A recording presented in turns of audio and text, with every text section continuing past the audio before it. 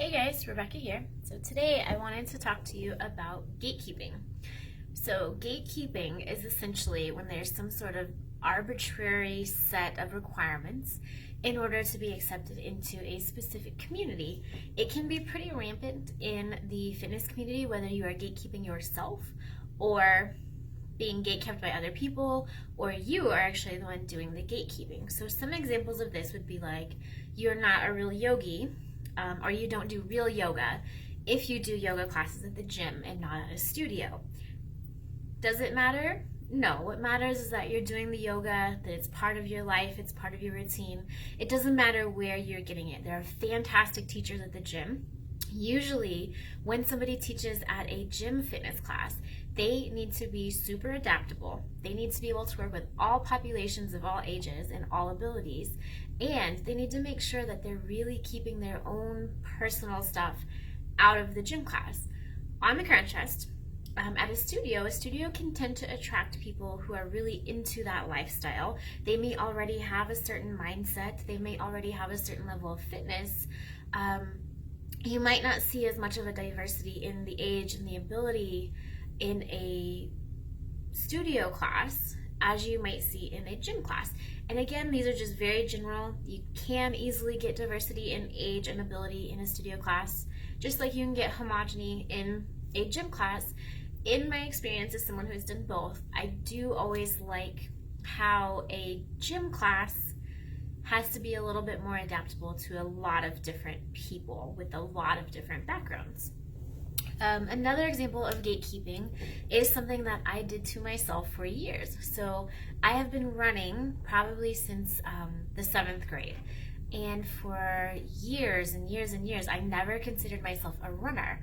And the reason was that even though I was running 5 to 6 days a week, and I was running 3 to 6 miles a day, I did not consider myself a runner because I had never run an actual race. I'd never run more than 6 miles in a single time. I was not on a team. I didn't run a 6-minute mile. There were a lot of self-gatekeeping that I was doing, keeping me out of that running community or identifying that I was a runner.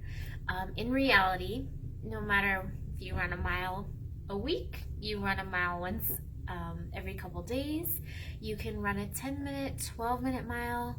If you are running in any capacity, you are a runner. And that's kind of where we get into some stuff with Pilates. With some gatekeeping, maybe it can be with how you look or how your body performs or that you've never done it before.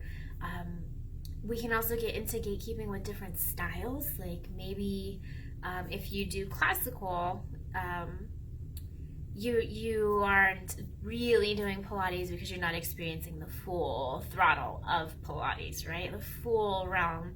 And the same thing with yoga. Some people can really gatekeep that they don't do real yoga because they do hatha yoga, and it's not any specific brand like hot yoga or vinyasa or batista or any of those different brands of yoga. So I just wanted to make sure that as you are going along your fitness journey, that you are very mindful of gatekeeping, whether you are doing it to yourself, which is horrible, or if you are doing it to other people. And if you are holding gates for yourself and for other people, I want you to analyze why and what you benefit from not allowing people into your community. So just something to think about for today. And I hope that if you have some gates that you are holding closed for yourself, that you can open them after watching this video. I'll see you guys next week. Bye.